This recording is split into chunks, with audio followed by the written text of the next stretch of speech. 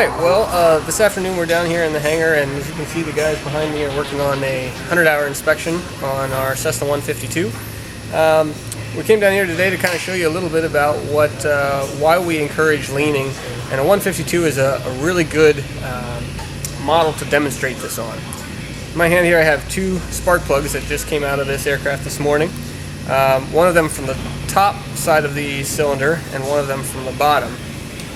And it really illustrates why leaning is important in all piston-powered aircraft, but especially in our trainers like this. So if you can see here on this plug, we've got quite a bit of fouling. And what you're seeing there are lead deposits. A lot of that comes from the leaded fuel, and that accumulates on the spark plug there, and doesn't necessarily create problems until the electrodes there are bridged with a piece of lead, and that's when you can get a bad mag drop. Have the on the mag drop maybe 150, 200 RPM. That's what's happening when you get that. On the other hand, you can see here this plug came out of the top of the cylinder. It's a lot cleaner. It doesn't have as much lead fouling in there, and it's a little bit newer plug as well.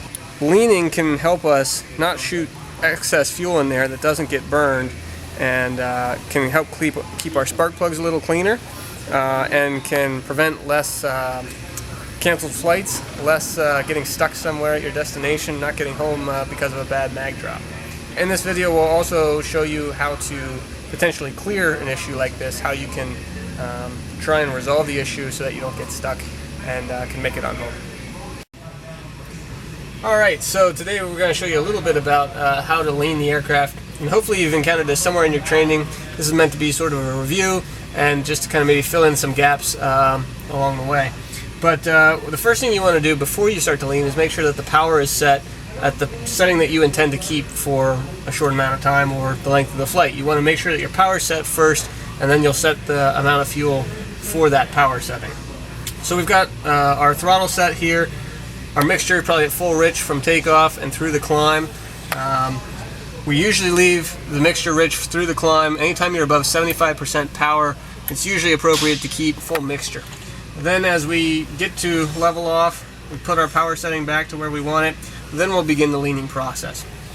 In this aircraft, we begin by turning the knob to the left, usually about the pace of one turn maybe per second. We do that slowly but continuously. And what we're looking for is over here on the EGT gauge, the temperatures, the exhaust gas temperatures are going to rise as we take fuel away. So this white needle will continue to move up that scale.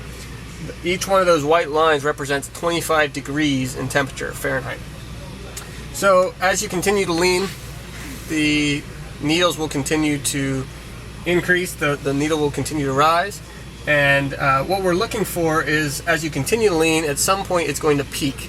When it peaks, or when the needle stops rising and begins to start falling, this yellow needle can be adjusted with this knob over here as well. So if you set the yellow needle to where the peak occurred, then it'll help you understand how far you should enrichen to cool below that peak temperature. So we set that yellow needle on, let's say it peaks about right there.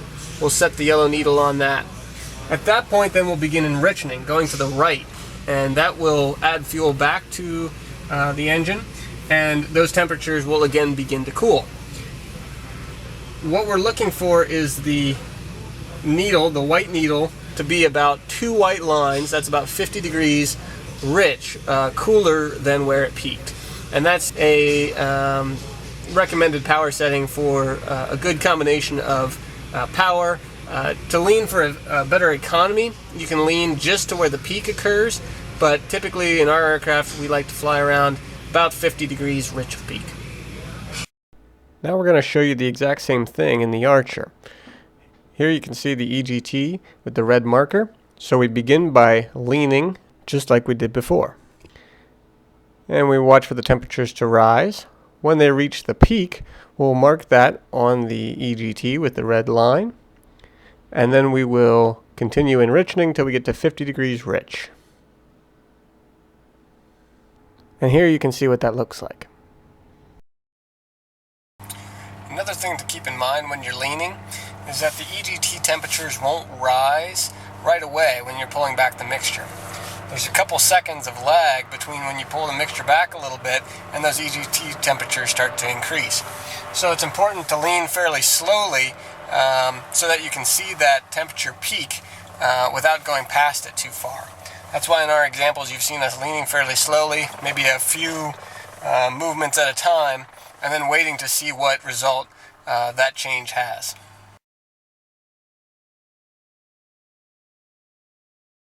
If you've ever run into trouble with the magneto check during a run-up, you know it's not very much fun. 1 minute you're excited about getting in the air, and suddenly the next you're concerned your plans might change. But before you admit defeat and taxi back to where you started, there is something that you can try. We begin by running the engine up to a higher RPM. The higher power setting used for run-up should be sufficient, something like 1800 maybe to 2000 RPM. Then we will lean just like you would in the air.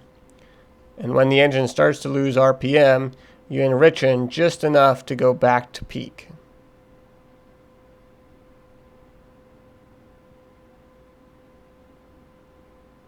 Now wait. Just 2 minutes, maybe 5 minutes. The longer you burn it off, the better chance of clearing the fouling. But again, we need to watch the temperatures. Probably wouldn't use more than 5 minutes at the higher RPM setting. Then after we've waited a little while, we try the mag check again. Is it any better? If the problem hasn't gone away, you could repeat the process, but it's likely the issue is something bigger than a little spark plug fouling and needs to be addressed by a mechanic. If the problem is resolved, have a great flight. Remember, conducting a flight after clearing a spark plug is just as safe as any other because you know why the fouling occurred and you know how to prevent it. All you have to do is lean.